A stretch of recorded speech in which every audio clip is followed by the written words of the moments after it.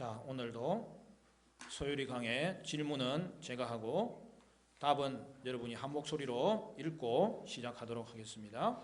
29문. 우리는 그리스도가 이루신 구속에 어떻게 참여할 수 있습니까? 우리가 그리스도가 이루신 구속에 참여할 수 있는 것은 성령님이 그리스도가 이루신 구속을 우리에게 효과적으로 적용해 주기 때문입니다.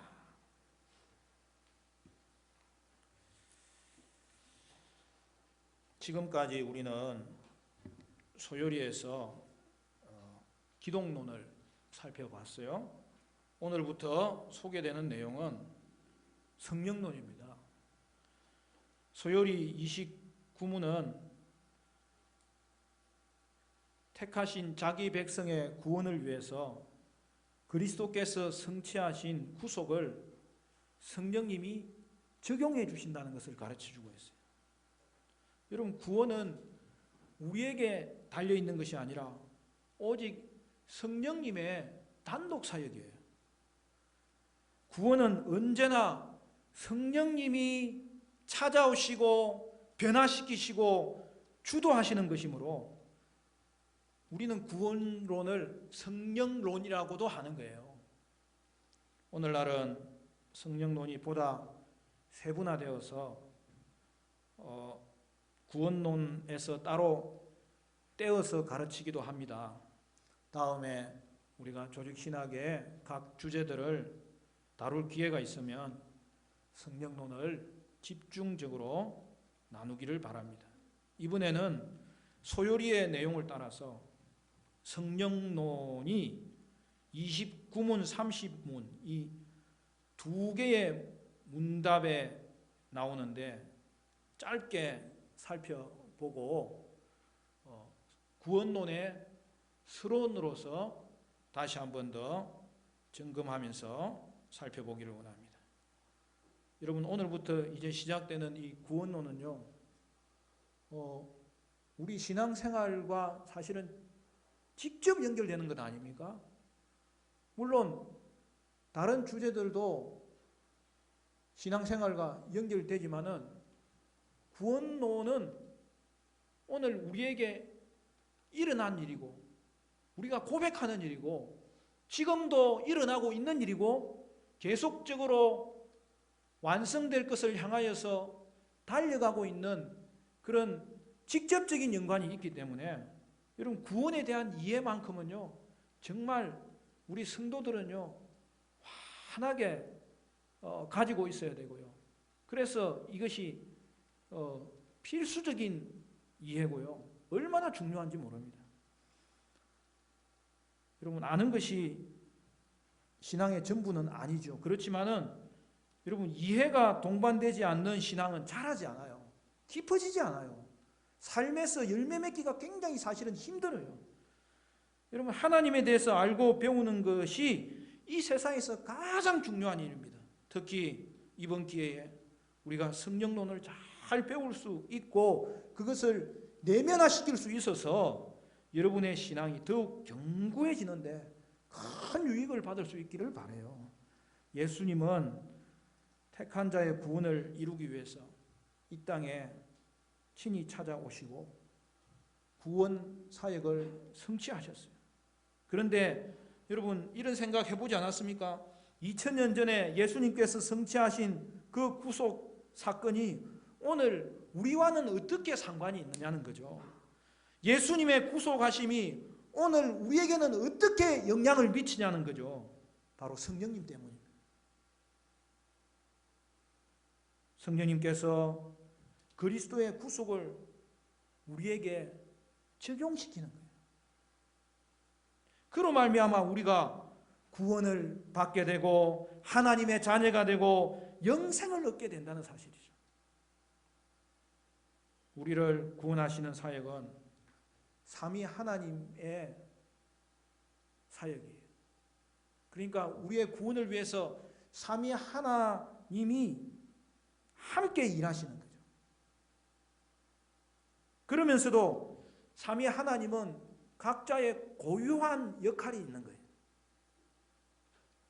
하나님은요, 자기 백성의 구원을 계획하시는 거죠. 언제 계획하세요?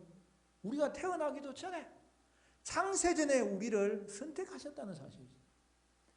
예수님은 이 일을 이루기 위해서 이 땅 가운데 친히 육신의 몸을 입으시고 찾아오셨고, 그리하여 자기 백성의 죗값을 대신해서 치러 주신 것이고, 그것이 바로 우리를 구속하신 일이죠.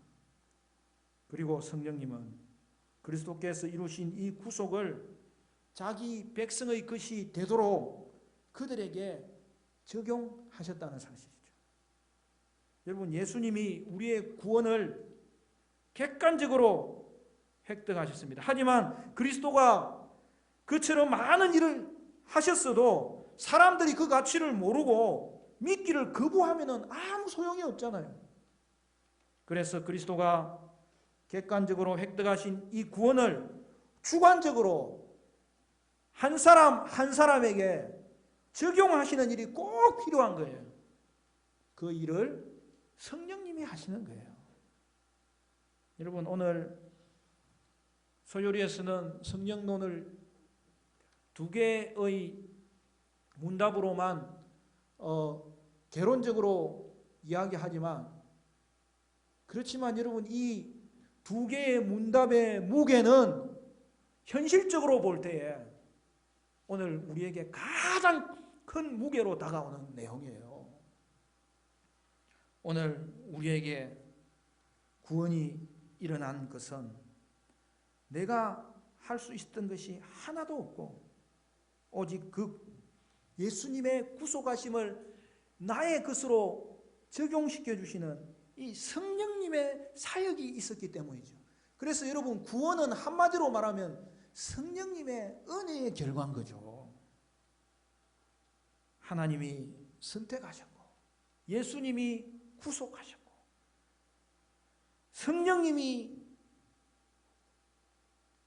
적용함으로 오늘 우리가 구원을 받았다는 사실이죠. 여러분, 우리가 이제까지 계속 살펴본 삼위 하나님의 구원을 위한 그 사역이 이제 세 가지 다 등장한 거예요. 우리의 구원을 위한 삼위 하나님의 세 가지 사역이 뭐라고요? 선택하시고 구속하시고 그것을 적용하신다는 거죠. 여러분, 이 삼위 하나님이 저와 여러분을 위해서 행하신 이 놀라운 일을 여러분 이제 아시겠습니까? 우리를 선택하시고 우리를 위해 구속하시고 그 구속을 우리에게 적용시켜 주신 사실입니다. 여러분,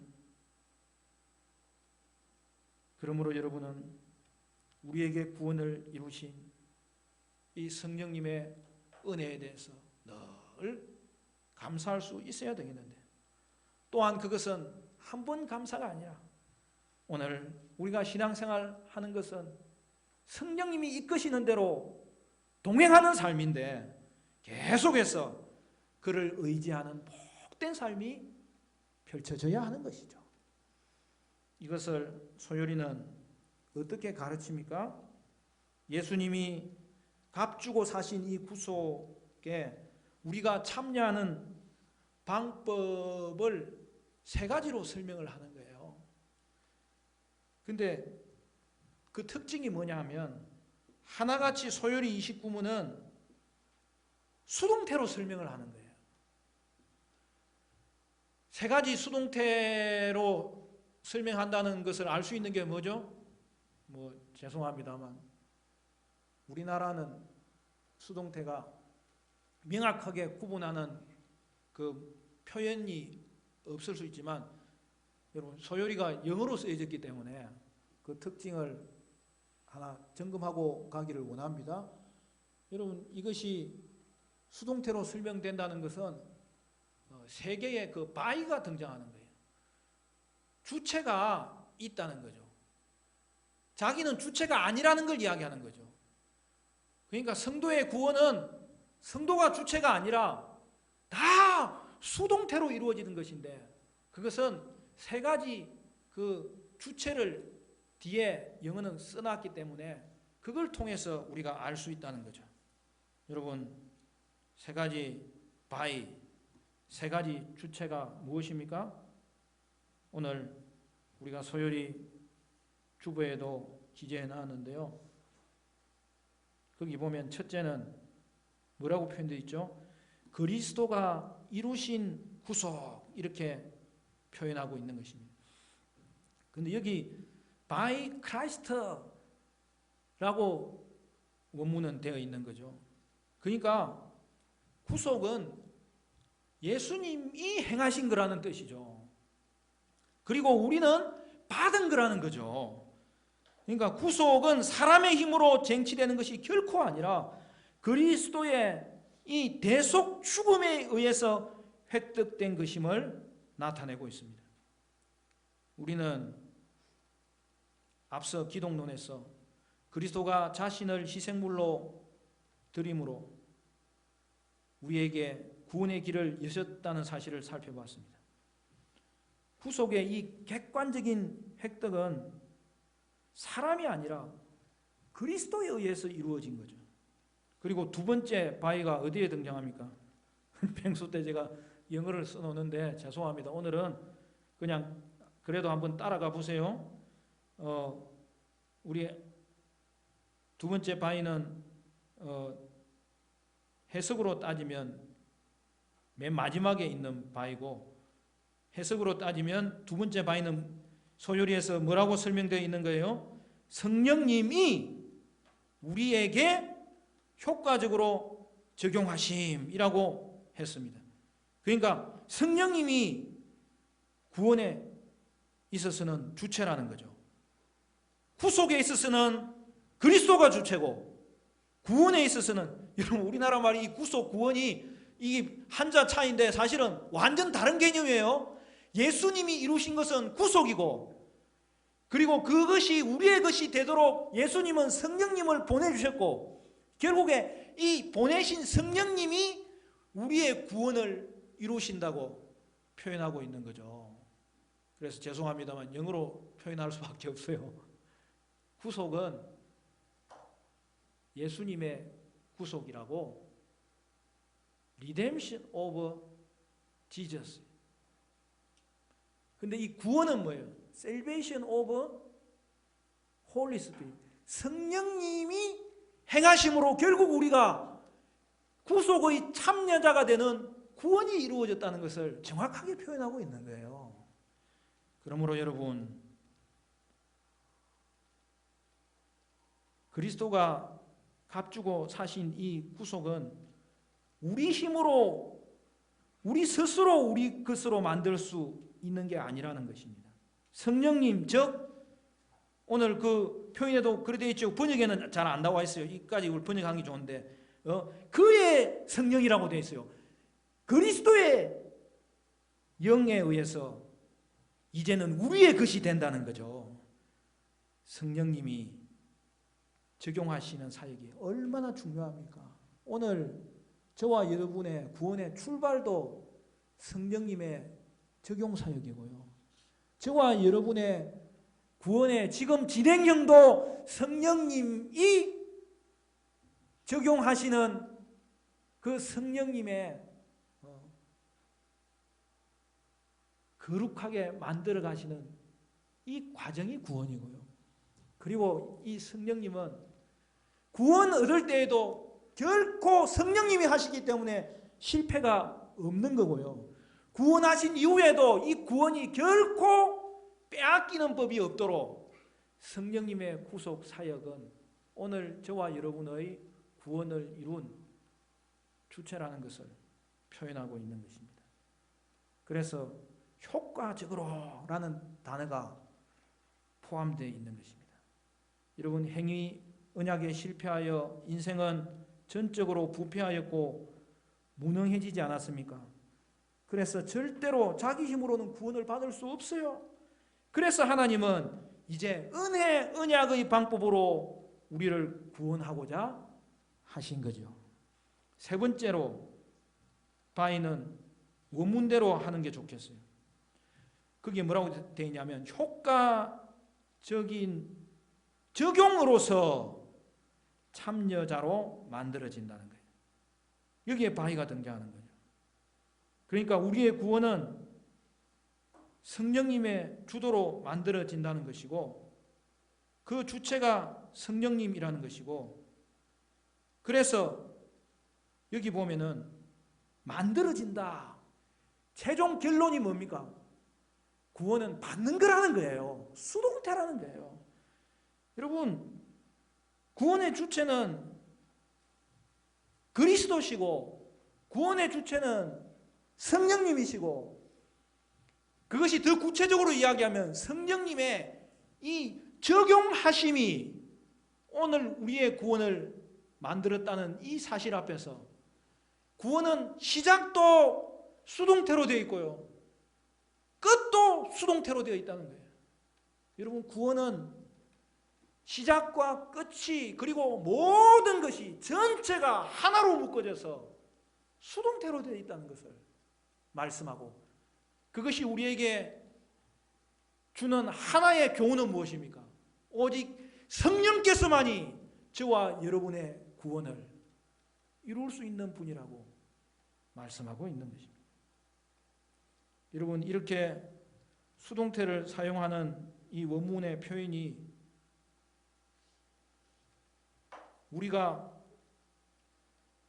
구원론을 인본적으로 생각하게 만들지 않고 신본적으로 생각하게 만들어주는 거예요. 여러분, 예수님이 우리 위해 죽으셨다. 아니죠. 예수님이 나를 위해 죽으셨다. 여러분,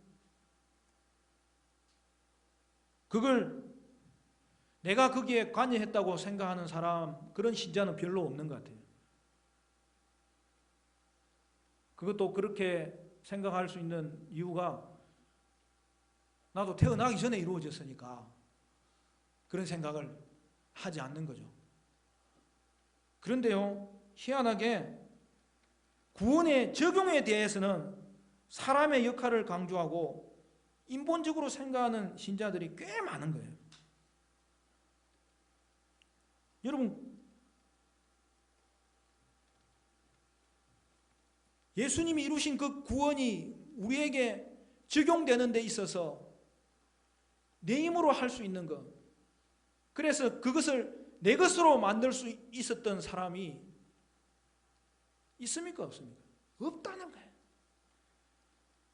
구원의 적용은 사람이 참여하는 형태로 나타나는 것은 사실이지만 절대로 사람의 일이 아니라 전적인 성령의 사역인 거죠. 그것이 오늘 본문이 우리에게 가르쳐주는 내용입니다. 오늘 읽은 본문 우리 같이 한번 읽어볼까요? 다 같이 디도서 3장 5절 시작. 우리를 구원하시되 우리가 행한 바 의로운 행위로 말미암지 아니하고 오직 그의 긍휼하심을 따라 중생의 씻음과 성령의 새롭게 하심으로 하셨나니.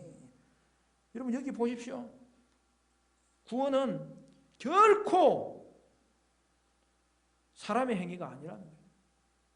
오직 거기에는 긍휼하심만 있었고 중생이 뭐예요? 태어나는 거예요. 여러분, 이 땅에 여러분 태어나고 싶어서 태어난 사람이 있어요? 아, 내가 태어나야지 하고 힘을 내가지고 배란이 된 사람이 있어요. 그건 말이 안 되는 거잖아요. 예? 중생도 마찬가지예요. 다시 태어나는 것도 우리가 모르는 사이에 그냥 태어나는 거예요. 그게 성도에게 일어나는 성령의 일이에요. 그런데 중생했기 때문에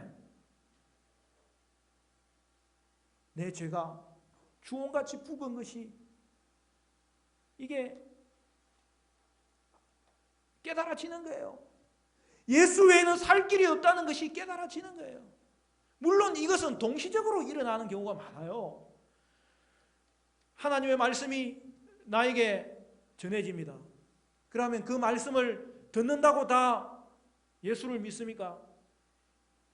말씀을 듣게 하시는 분도 성령님이시고, 그런데 그 말씀을 내면적으로 나의 것이 되도록 깨닫게 하시는 분이 성령님이시기 때문에 우리의 내면에서 먼저 중생하는 일이 일어나는 거예요. 순간적으로 일어나고요, 알지도 못하게 일어나요. 그런데 그걸 우리는 어떻게 알 수 있느냐? 내가 죄인인 것을 깨닫게 된 것, 이게 중생이 일어났기 때문에 나에게 일어나는 현상인 거예요. 그러면 그때 우리는 예수님을 붙잡고 예수님을 믿게 되는데, 결국에는 이 모든 것은 한마디로 이야기하면 누가 하시는 일이라는 거예요? 성령님이 하시는 일이라는 거예요. 다음 시간에는 이 구속의 적용에서 나타나는 다양한 단계들, 즉 소위 구원의 서정, 구원의 순서에 대해서 살펴볼 것입니다.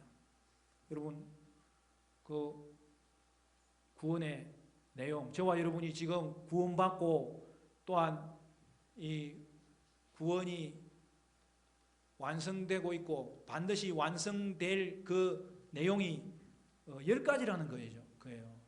저는 신학교 가기 위해서 열심히 외웠지만 제가 신학교 가서 알고 보니까 이게 신학교 가기 위해서 외워야 될 내용이 아니더라는 거예요. 오늘날 교회가 얼마나 종교개혁 전통에서 멀어졌는지 아이들한테 소요리를 가르치지 않으니까 저같이 이 모태신앙자도 신학교 갈 때 이걸 외웠다는 거예요. 그리고 그 내용을 아는 것에 있어서는 그 더 뒤에 깨닫게 된 것이죠. 그러나 여러분, 이 소요리는 대단합니다. 여러분, 소요리가 이미 그냥 다 가르쳐 주는 거예요. 요약적으로 가르쳐 주고 나중에 점점 이해가 되면은 그 가르침 받았던 것이 우리의 신앙에 얼마나 큰 밝은 빛을 비춰주는지, 그래서 교리로 말미암아 성경이 더 체계가 세워지고 성경의 체계가 교리로 말미암아 더 깊어지게 되는 현상들이 일어나야 된다는 거죠. 그 중에서 가장 핵심이 뭐냐? 바로 이 구원론인 거예요. 구원론, 그래도 제가 좋은 신학교와 좋은 성적을 가진 학생이기 때문에 제가 이거 그때부터는 놓치지 않고 외웠습니다. 10가지가 뭐죠? 소중해심, 소중하니까 이 첫자 가지고 나면 제가 많이 배우거든요. 소중해심, 그 다음에 칭량, 성견, 화경. 이걸 또 영어로 외우면 굉장히 재밌어요. 제가 일부 예배 때 우리 청소년부 같이 예배 드리니까 지금 이제 좀 이따가 시험 한번 볼 거예요. 이걸 영어로 외워야 돼, 우리 청소년부는. 그러면요, 이 개념이 확 머리에 다가오면요, 지혜가 생기고 그냥 영어 단어도 늘어나고, 그리고 이 세상을 바라보는 무기를 가지게 되는 거예요, 여러분. 그래서 소중해심, 칭량성견, 그 다음에 화경. 그게 뭡니까? 오늘 우리의 구원은 성령님이 우리를 불렀기 때문에 시작한 거라는 거예요. 그게 소명입니다. 성령님이 우리를 거듭나게 먼저 만들었기 때문에 내가 반응할 수 있었다는 거예요. 그게 중생입니다. 그래서 내가 예수를 연합한 자가 되었기 때문에 그 결과로 일어나는 그 반응이 자연스러운 거예요. 성도는 내가 죄인임을 깨닫고 회개하는 회심이에요. 그리고 신앙이란 말은 믿음을 말하는 거죠. 내가 예수를 믿게 되는 거죠. 그 다음에 그로 말미암아 이제는 내가 의로워서가 아니라 칭의를 받는 거예요. 의롭게 부르는 게 칭이죠. 칭, 불러준다는 거예요. 누가요? 하나님께서 예수님의 공로에 의지하여 불러주면 끝나버리는 거예요. 그러니까 우리는 예수를 잘 믿어서 의로워지는 게 아니라 예수를 믿으면 그 믿음도 하나님이 주신 것이기 때문에 예수의 옷을 입고 그 안에서 우리의 모습이 어떠하든지 간에 이미 우리는 예수와 연합된 자가 되어버려가지고 이미 의로워져 버린 거예요. 그리고 그 의로움이 우리의 삶 가운데서 점점 예수 닮은 모습으로 나타나는데, 첫째는 양자, 아버지의 자녀가 되는 거죠. 두 번째는 성화, 거룩해지는 거예요. 그리고 성도의 구원은 빼앗아갈 자가 없어요. 그것도 성령님이 시작했기 때문에 그런 거예요. 그래서 성도는 평생 동안 신앙을 인내할 수 있는 힘을 가지게 되는데 그걸 견인이라고 그러잖아요. 그리고 예수를 믿으면 확신이 생기는 거예요.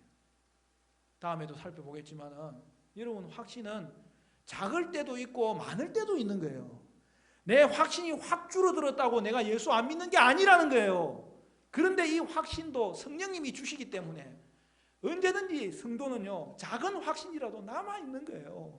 우리의 평생에 이 확신은 높아지기도 하고 낮아지기도 하고 별하별 굴곡을 다 가지지만, 그럼에도 불구하고 확신은 구원의 내용이 되어서, 오늘 소요리는 나중에 이 확신을 구원의 유익이라고 표현하는데, 그거는 그 시대에 기록하고 지금 우리가 다시 세분화된 거하고 표현이 다른 것이지 내용은 똑같은 거예요.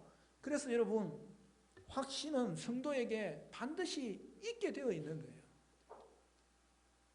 하나님의 말씀을 믿는데 확신이 안 생기겠어요? 이 말씀이 진리의 말씀이라고 믿을 수 있게 되었는데 확신이 안 생기겠어요? 확신이 없는 자는 없어요. 근데 때로는 확신이 줄어들 때가 있어요. 언제 줄어들어요? 아침에 비 올 때 그냥 정신이 꿀꿀하니까 확신도 이 영향을 받는 거죠. 그러나 그거는 문제가 되지 않아요. 내 확신이 옛날보다 줄어도 내가 구원받은 것과는 아무 상관이 없어요. 그런데 작은 확신도 나에게 얼마나 큰 위로가 되든지, 그리고 그 큰 확신이 우리에게 주어지면 우리는 산을 옮길 만한 믿음의 은사를 하나님으로부터 부여받아서 주님의 교회를 위해서, 하나님의 영광을 위해서, 주님의 이름을 위해서 얼마나 힘있게 일할 수 있는지, 그 구원의 내용 속에 그것이 이미 포함되도록 우리 성령님은 종합 선물 세트로 이 모든 것을 허락해 주셨다는 사실이 저와 여러분이 받은 이 구원의 은혜라는 것을 오늘 성령론은 우리에게 분명하게 말씀해 주고 있는 것입니다. 사랑하는 성도 여러분,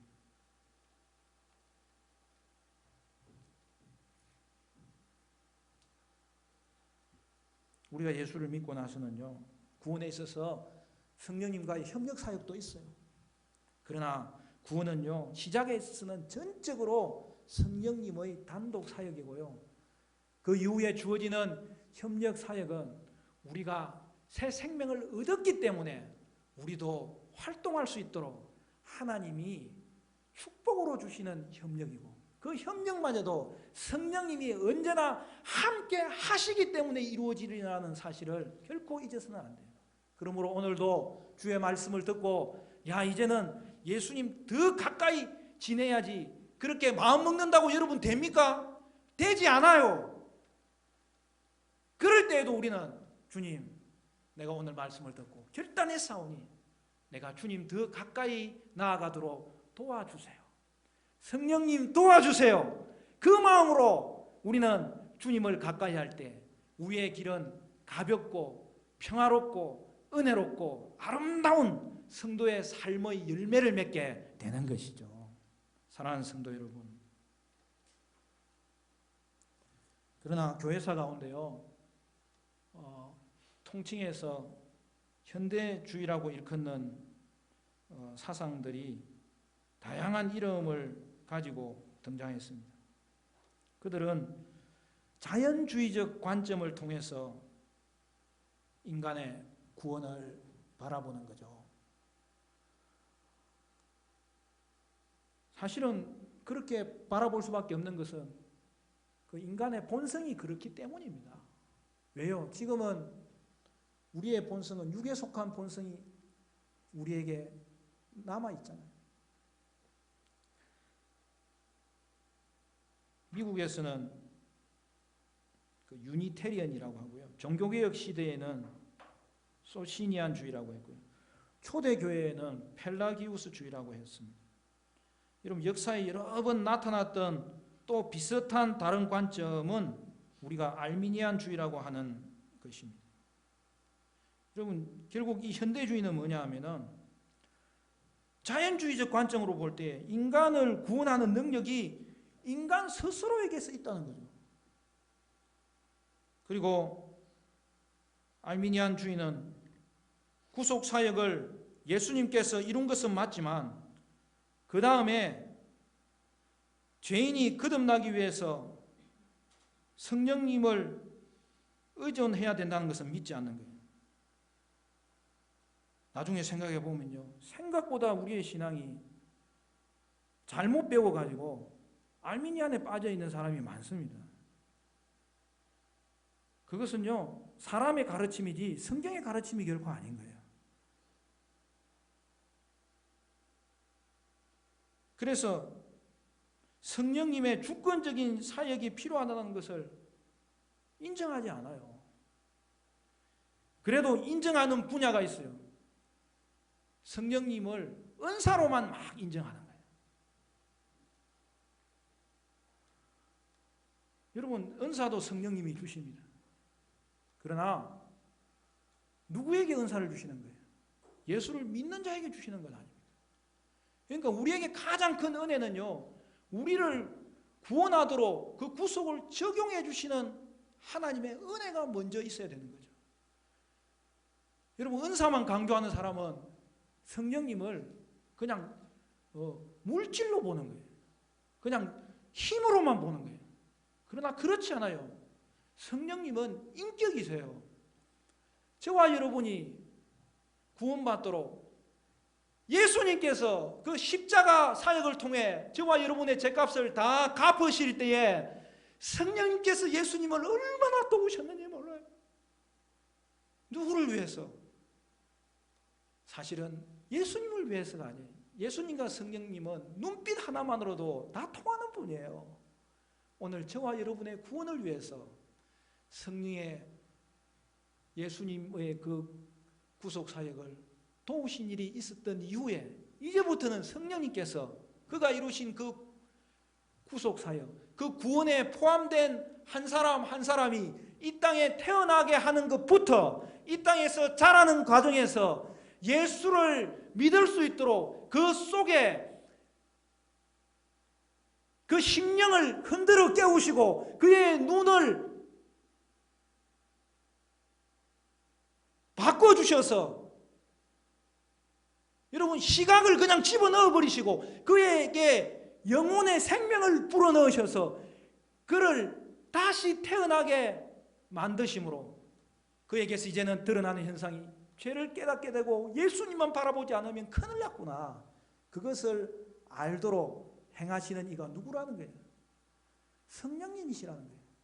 그런데 오늘날 성령님을 은사로만 생각하면은 야 성령론이 강하네 생각할 수 있지만 그것은 100분의 1도 안 되는 것입니다. 성령님의 은혜는 가장 중요한 것이 우리의 구원에 대한 은혜고 그 구원을 시작하심과 지금도 함께 하심과 그 구원을 끝까지 이루시고자 하시는 그 성령님의 동행하시는 은혜인 거죠. 사랑하는 성도 여러분, 천주교도 마찬가지입니다.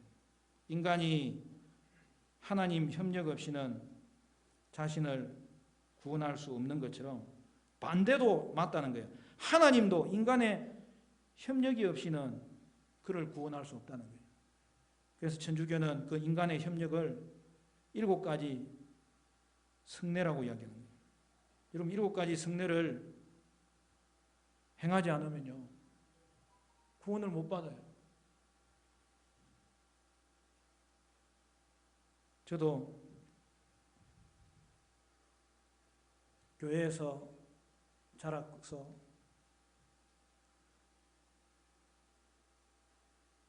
교회에서 세례받고 교회의 사랑을 받고 여기까지 왔기 때문에 저도 사실 세상에서 노는 것보다 저는 교회에 노는 게 제일 재밌어요. 그러나 우리 그리스도인들은 두 가지를 다 해야 되는 거죠. 세상은 우리를 통하여서 변화시켜야 될 소명받은 장소이기 때문에 여러분, 또한 성령님은 일반 은총도 주시거든요. 소율이는 그걸 다 생략해요. 우리가 다음에 나눠도 돼요. 가장 중요한 건 오늘 이거는 그냥 참고로 들으시고, 구원하심이 성령님의 은혜라는 것에만 우리가 이해할 수 있다면 여러분, 이보다 더 놀라운 축복이 없는 거죠. 그렇지만은 일반 은총도 여러분 성령님이 주시는 은총입니다. 그래서 세상에서 하나님이 우리를 머물게 한 그 직장에서 열심히 일하는 게요, 하나님 생각하는 거예요. 그게 성령님을 의지하는 거예요. 그렇지만은 여러분, 그냥 세상에서 노는 것보다 우리는 교회에서 노는 게 좋잖아요. 둘 다 중요한 거죠. 저는 어떻게든 우리 교회, 우리 관리부가 너무 교회를 잘 관리하고 있어서 감사합니다만, 하여튼 성도님들이 교회 와서 오해는 하지 말고 들으시기 바랍니다. 놀기 좋도록 만드는 게 저의 사명입니다. 여러분, 예배도 즐거운 것 아닙니까? 여러분, 우리가 예배를 위해서 다양한 시설을 마련하는 것이 얼마나 이게 기쁨입니까? 그래서 하여튼 저기 탁구장 주위에 의자를 자꾸 갖다 놔서 내가 갖다 놓지 말라고 그랬어요. 탁구를 딱 칠 때 뭐 걸리면은 이게 재미가 없어요. 그래서 무조건 의자 딱 치우고, 여러분 우리 교회는 펼치면 그냥 탁구 칠 수 있도록 해놨잖아요. 예? 그냥 버튼만 누르면 커피 뽑아 먹을 수 있도록 해놨잖아요. 왜요? 교회에서 놀기 좋도록 해놓은 거예요. 예? 이제는 제 꿈은 교회에 또 한 번씩 탁구 치고 2차로 저기 빌리하더라고. 그 하러 가는 사람들이 있기 때문에 내가 그냥 당구대도 하나 갖다 놓으려고 그래. 요즘 또 골프 치는 사람들이 많으니까 이 벽이라도 동그랗게 만들어가지고 골프라도 치라고 만들어 놓으려고 제가 그래요. 요새 또 옥상에 또 지금 방수를 다시 하고 우리 저기 새로 공사를 하고 있습니다. 여러분 한 번씩 옥상에 가보세요. 이제 또 더워져가지고 그 파라솔에 앉아있어도 덥지만은 거기다가 딱 족구장 만들었으면 좋겠어요. 여러분 그 사방으로 울타리만 치고 족구장 폴대 꼽는 거는 요새 우리 관리부가 잘하기 때문에 한번 해보라 그러면 아마 할 것 같아요. 그러면은 여러분, 교회는 그만큼 그냥 세상에서 재짓지 않고 교회에서 놀면 제일 재밌는 거죠. 그렇지만 여러분, 그것이 사회를 등질하는 것을 말하는 것이 아닙니다. 저는 이 땅 가운데 하나님께서 주신 소명을 감당하는 것이기 때문에 실컷 교회에서도 놀고 또 나가서도 정말 열심히 일하는 그러한 우리 성도님들 될 수 있기를 축복합니다. 그래서 오늘 우리가 제가 이거 천주교 이야기하다고 이야기했는데, 여러분 교회 천주교는 그걸 형식으로 만들어 놨기 때문에 도리어 성령님의 일을 방해하는 일이 되어버렸어요.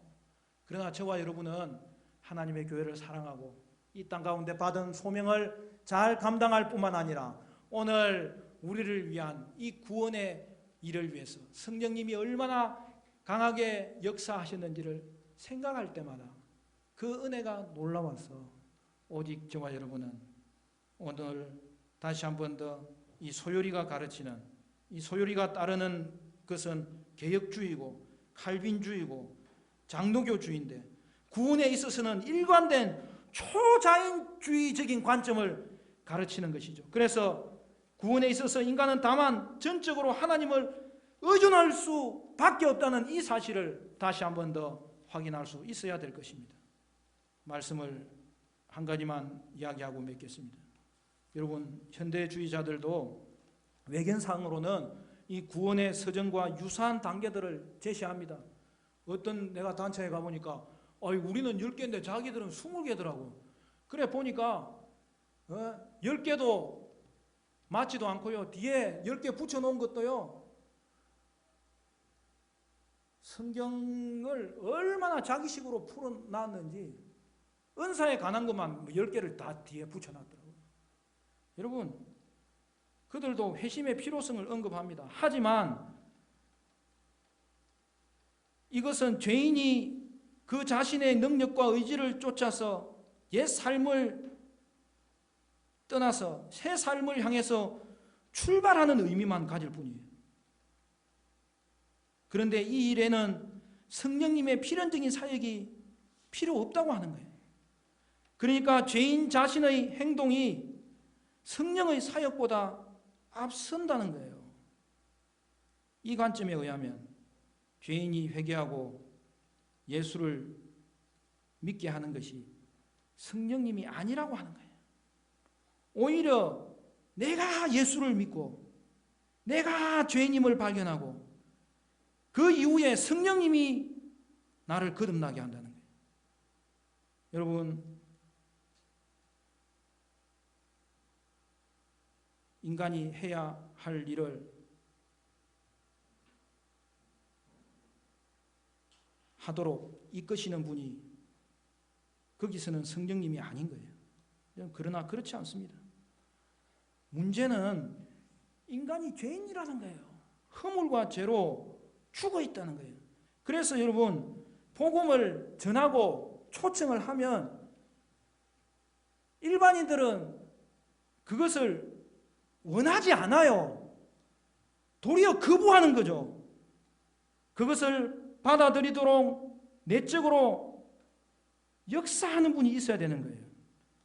그분이 성령님이십니다. 그러므로 구원은 성령님이 먼저 일하시고 그 다음에 그에 대한 반응이 일어나서 죄인은 죄를 깨닫게 되고 예수님을 바라보기 시작하여서 결국에는 예수님을 영접하게 되는 것이죠. 말씀을 맺겠습니다. 성령님께서 전적으로